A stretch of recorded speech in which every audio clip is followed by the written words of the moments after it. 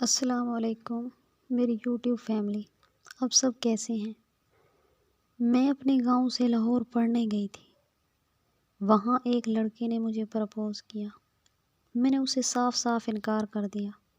وہ مجھے لڑکا انتہائی ناپسند تھا، کیونکہ وہ امیر خاندان کا بگڑا ہوا لڑکا تھا اور لڑکیوں کے ساتھ فلرٹ کرتا تھا۔ جب میں نے اس کی کوئی بات نہ سنی تو اس نے میرے سامنے خودکشی کا ڈرامہ کیا تو مجھے بہت غصہ آیا۔ میں نے سب کے سامنے اسے تھپڑ دے مارا۔ اس دن کے بعد اس نے میرا پیچھا کرنا چھوڑ دیا۔ پھر مجھے یونیورسٹی میں ایک لڑکے سے پیار ہو گیا۔ وہ انتہائی سلجھا ہوا اور شریف لڑکا تھا۔ وہ مجھے بہت عزت اور پیار دیتا تھا۔ وہ میرا ایسے خیال رکھتا تھا جیسے کہ شوہر اپنی بیوی کا۔ پھر میں اپنی بڑی بہن کی شادی پر گاؤں گئی۔ شادی کے ایک دن پہلے میری بہن گھر سے بھاگ گئی۔ ہم سب گھر والوں پر تو جیسے قیامت کا دن ہو۔ کسی کو کچھ سمجھ نہیں آ رہا تھا۔ پھر سب بڑوں نے فیصلہ کیا کہ اس لڑکی سے میری شادی ہو گئی اور لڑکے والے بھی اس بات پر مان گئے۔ میں کیا کرتی؟ کیسے انکار کر دیتی؟ پھر مجھے میری محبت کی قربانی دینی پڑی۔ نہ چاہتے ہوئے بھی مجھے شادی کرنی پڑی۔ میرے شوہر نے ولیمے کے دن ہی مجھے طلاق دے دی، یہ کہہ کر کہ ہم نے تو صرف اپنی عزت کا بدلہ لیا ہے سو وہ لے لیا۔ میں اور میرے گھر والے بہت ٹوٹ چکے تھے۔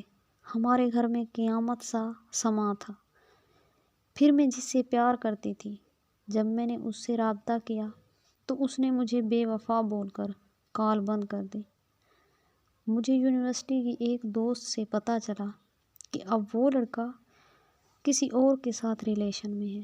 میں نے خودکشی کرنے کا سوچ ہی لیا تھا، جس کی میں 1 سال تک انسلٹ کرتی رہی تھی۔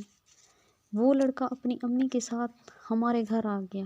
میں نے جس کو تھپڑ مارا تھا، میری یونیورسٹی کا وہ بگڑا ہوا لڑکا، اپنی فیملی کے ساتھ میرا رشتہ مانگنے آ گیا۔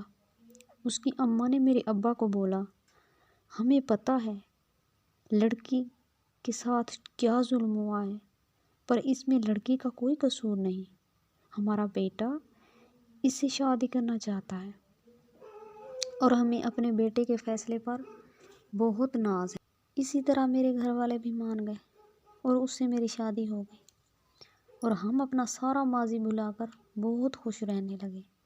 ہماری زندگی میں جو بھی ہوتا ہے سب نصیب کا کھیل ہوتا ہے۔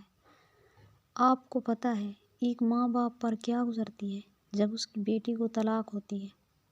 یہ اذیت اتنی بڑی ہوتی ہے کہ اگر آپ 100 دفعہ بھی مر جائیں تو ایسی اذیت کا مقابلہ نہیں کر سکتے جس اذیت کا مقابلہ ایک ماں باپ کرتا ہے۔ بس میری دعا ہے کہ اللہ پاک ہر بیٹی کا نصیب اچھا کرے۔ میری کہانی اچھی لگی ہے تو ضرور شیئر کریں، کومنٹس میں بتائیں اور سبسکرائب کریں۔ اپنا بہت سارا خیال رکھیں۔ خدا حافظ۔ پاکستان زندہ باد۔